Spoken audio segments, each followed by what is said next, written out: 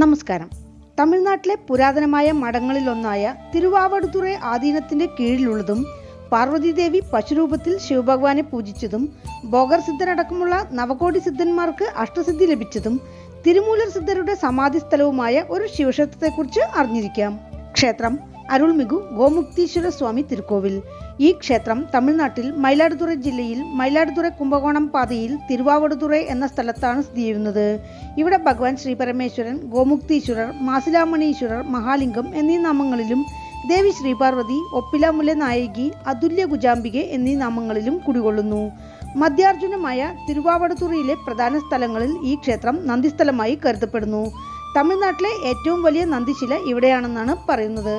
കാവേരി നദിയുടെ തെക്കുകരയിലുള്ള 276 പ്രശസ്ത ശിവക്ഷേത്രങ്ങളിൽ 36ാമത്തേതും പ്രശസ്ത ശിവഭക്തരായിരുന്ന 63 നായന്മാരുടെ കവിതാ സമാഹാരമായ ദേവാരംപാടിൽ ഉൾപ്പെട്ടിട്ടുള്ള 274 ശിവക്ഷേത്രങ്ങളിൽ 99ാമത്തേതുമാണ് ഈ ക്ഷേത്രം.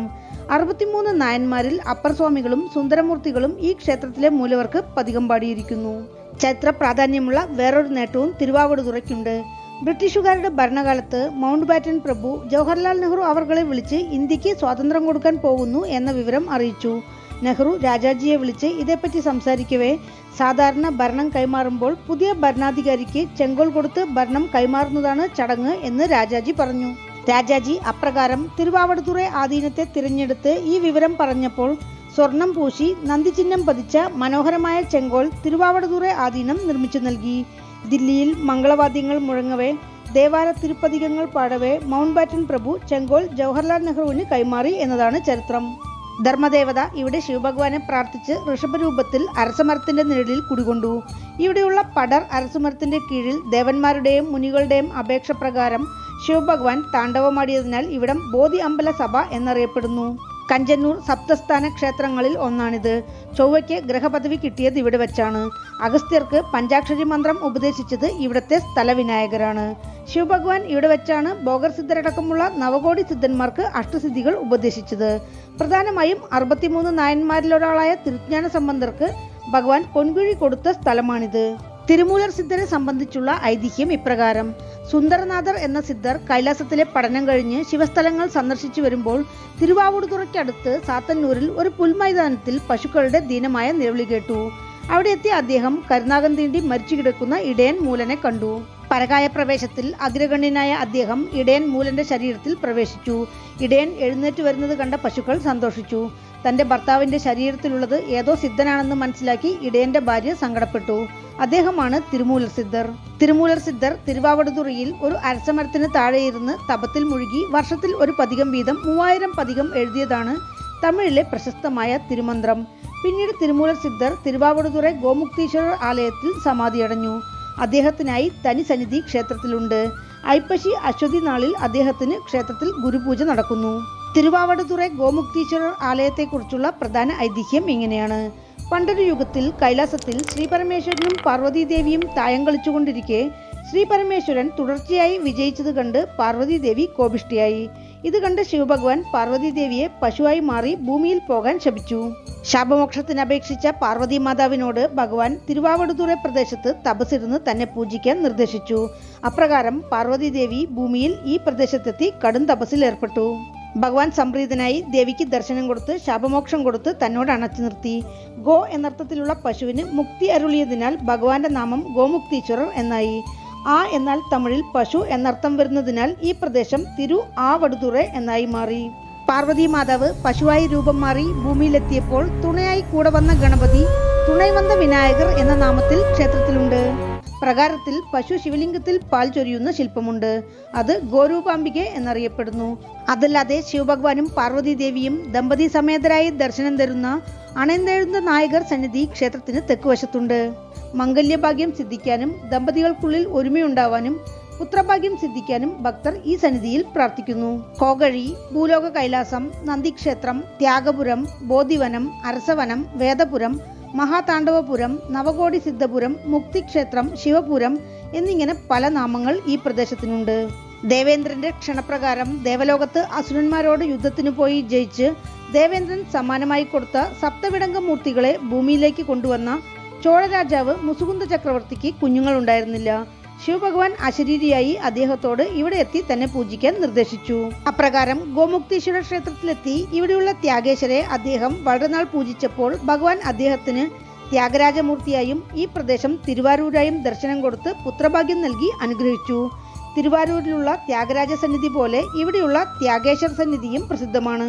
വേറൊരു ഐതിഹ്യം 63 നായന്മാരിലൊരാളായ തിരുജ്ഞാന സമ്പന്നരെ കുറിച്ചാണ്. തിരുജ്ഞാന സമ്പന്നർ പിതാവ് ശിവപാദ ഹൃദയർക്കൊപ്പം കുറച്ചുകാലം ഇവിടെ താമസിച്ചിരുന്നു. ശിവപാദ ഹൃദയർ സീർഗാഴിയിൽ ഒരു വിപുലമായ യാഗം നടത്താൻ ആഗ്രഹിച്ചിരുന്നു. പക്ഷേ അതിനാവശ്യമായ പൊന്നും പൊരുളും അദ്ദേഹത്തിന്റെ കയ്യിലുണ്ടായിരുന്നില്ല. പിതാവിന് യാഗം നടത്താൻ സഹായിക്കണമെന്ന് തിരുജ്ഞാന സമ്പന്നർ ശിവഭഗവാനോട് പതികം പാടി. ഇടരിനും തളരിനും എന്ന് തുടങ്ങുന്ന പ്രശസ്തമായ പതികമാണത്. ശിവഭഗവാൻ തന്റെ ഭൂതഗണങ്ങൾ മൂലമായി തിരുജ്ഞാന സമ്പന്നർക്കുള്ള പൊൻകിഴി ക്ഷേത്രത്തിലുള്ള ബലിപീഠത്തിൽ വെച്ചു. ആ ദിവ്യമായ ബലിപീഠം ഇന്നും ക്ഷേത്രത്തിലുണ്ട്. രഥസപ്തമി ഉത്സവത്തിൽ സമ്പന്നർക്ക് പൊൻകിഴി കൊടുക്കുന്ന വൈഭവം ക്ഷേത്രത്തിൽ അരങ്ങേറുന്നു. മറ്റൊരു ഐതിഹ്യം തിരുമാളികത്തേവരെ കുറിച്ചാണ്. ബോഗർസിദ്ധരുടെ ശിഷ്യനായ തിരുമാളികത്തേവർ ഇവിടെ ശിവസേവ ചെയ്തു വന്നിരുന്നു. ഒരു പ്രാവശ്യം അദ്ദേഹത്തിന് മേൽ കള്ളപ്രചാരണം ഏർപ്പെട്ടതിനാൽ രാജാവ് നരസിംഹൻ തന്റെ പടയാളികൾ മൂലം അദ്ദേഹത്തെ ആക്രമിക്കാൻ മുതിർന്നു.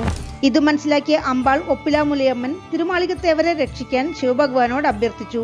അംബിക കോവിൽ മതിലിന് മുകളിലുള്ള നന്ദികളെയെല്ലാം ചേർത്ത് നിർത്തി. ഭഗവാൻ നന്ദിപ്പടയെ അയച്ച് രാജാവിന്റെ പടയാളികളെ വിരട്ടി. ഈ നന്ദികളെല്ലാം തിരിച്ചു വന്ന് ഒന്നു ചേർന്ന് ബ്രഹ്മാണ്ഡ നന്ദിയായി മാറി എന്നാണ് കഥ. ഐതിഹ്യപ്രകാരം ക്ഷേത്രത്തിലുള്ള ബ്രഹ്മാണ്ഡ നന്ദി അതാണ്. ഈ കഥ സാധൂകരിക്കും വിധത്തിൽ ക്ഷേത്രമതിലിൽ ഇന്നും ഒരു നന്ദിപ്രതിഷ്ഠ കൂടെയില്ല എന്നതാണ് യാഥാർത്ഥ്യം. തമിഴ്നാട്ടിലെ പുരാതനമായ മഠങ്ങളിൽ ഒന്നായ തിരുവാവടുതുറൈ ആധീനത്തിന്റെ കീഴിലുള്ള പല ക്ഷേത്രങ്ങളിൽ ഒന്നാണ് ഗോമുക്തീശ്വരർ തിരുക്കോവിൽ.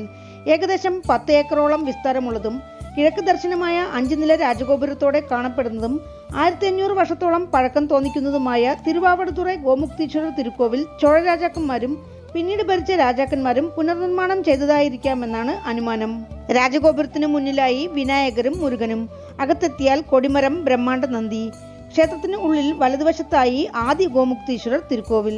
മഹാമണ്ഡപം, അർദ്ധമണ്ഡപം കടന്നുള്ള പ്രധാന സന്നിധിയിൽ ശ്രീ പരമേശ്വരൻ, തുവൈത്തള വിമാനത്തിന് കീഴിൽ മാസിലാമണീശ്വരർ, ഗോമുക്തീശ്വരർ, മഹാലിംഗസ്വാമി എന്നീ നാമങ്ങളിൽ സ്വയംഭൂ ശിവലിംഗമായി കിഴക്ക് ദർശനമായി ഭക്തർക്ക് അനുഗ്രഹം ചൊരിയുന്നു. ദേവി ശ്രീപാർവതി, ഒപ്പിലാമുല നായകി, അതുല്യ ഗുജാംബികെ എന്നീ നാമങ്ങളിൽ തെക്ക് ദർശനമായി തനിക്കോവിലിൽ 4 കരങ്ങളോടെ വരപ്രസാദിനിയായി നിലകൊള്ളുന്നു. ഭഗവാനും ദേവിക്കും വസ്ത്രം ചാർത്തി പ്രാർത്ഥിച്ചാൽ വിവാഹ തടസ്സവും സന്താന തടസ്സവും മാറും, പിരിഞ്ഞ ദമ്പതികൾ പോലും ഒന്നുചേരും എന്നാണ് വിശ്വാസം. ക്ഷേത്രത്തിൽ പ്രധാന മൂർത്തികളെ കൂടാതെ ത്യാഗേശ്വർ, ആദി ഗോമുക്തീശ്വരർ, അണയന്തനാഥർ, 3 സൂര്യന്മാർ, നാഗർ, തുണൈവന്ത ഗണപതി, ശ്രീമുരുകൻ, ദക്ഷിണാമൂർത്തി, നടരാജർ, 63 നായന്മാർ, നാൽവർ, തിരുമൂലർ, ഗോരൂപാംബികെ, തിരുവള്ളുവദേവ നായനാർ, തിരുമാളികത്തേവർ, അഗസ്ത്യർ, ഉമാപതി ശിവം, മെയ്കണ്ഠർ, കന്നിവിനായകർ എന്നിങ്ങനെ ധാരാളം ഉപപ്രതിഷ്ഠകളുമുണ്ട്. ക്ഷേത്രവൃക്ഷം പടർ അരസ്.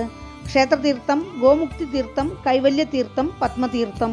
ആഗമവിധി പ്രകാരമുള്ള പൂജകളാണ് ക്ഷേത്രത്തിൽ അനുഷ്ഠിക്കുന്നത്. തൈമാസ രഥസപ്തമി, കാർത്തികയിലും പുരട്ടാസിയിലും ബ്രഹ്മോത്സവം, മാർഗഴി തിരുവാതിര, ശിവരാത്രി, ഐപ്പശി അന്നാഭിഷേകം, ഗുരുപൂജകൾ, അമാവാസി പ്രദോഷം എന്നിവയും ക്ഷേത്രത്തിൽ പ്രധാനം. പൂജാ സമയം രാവിലെ 6 മണി മുതൽ ഉച്ചയ്ക്ക് 12 മണി വരെ, വൈകുന്നേരം 4 മണി മുതൽ രാത്രി 8 മണി വരെ. ക്ഷേത്രത്തിലേക്ക് എത്തുവാൻ മയിലാടുതുറയിൽ നിന്ന് 18 കിലോമീറ്റർ, കുംഭകോണത്ത് നിന്ന് 20 കിലോമീറ്റർ. അടുത്തുള്ള റെയിൽവേ സ്റ്റേഷൻ നരസിംഗംപേട്ടെ, മയിലാടുതുറൈ. വീണ്ടും അടുത്ത വീഡിയോയിൽ കാണാം. നന്ദി.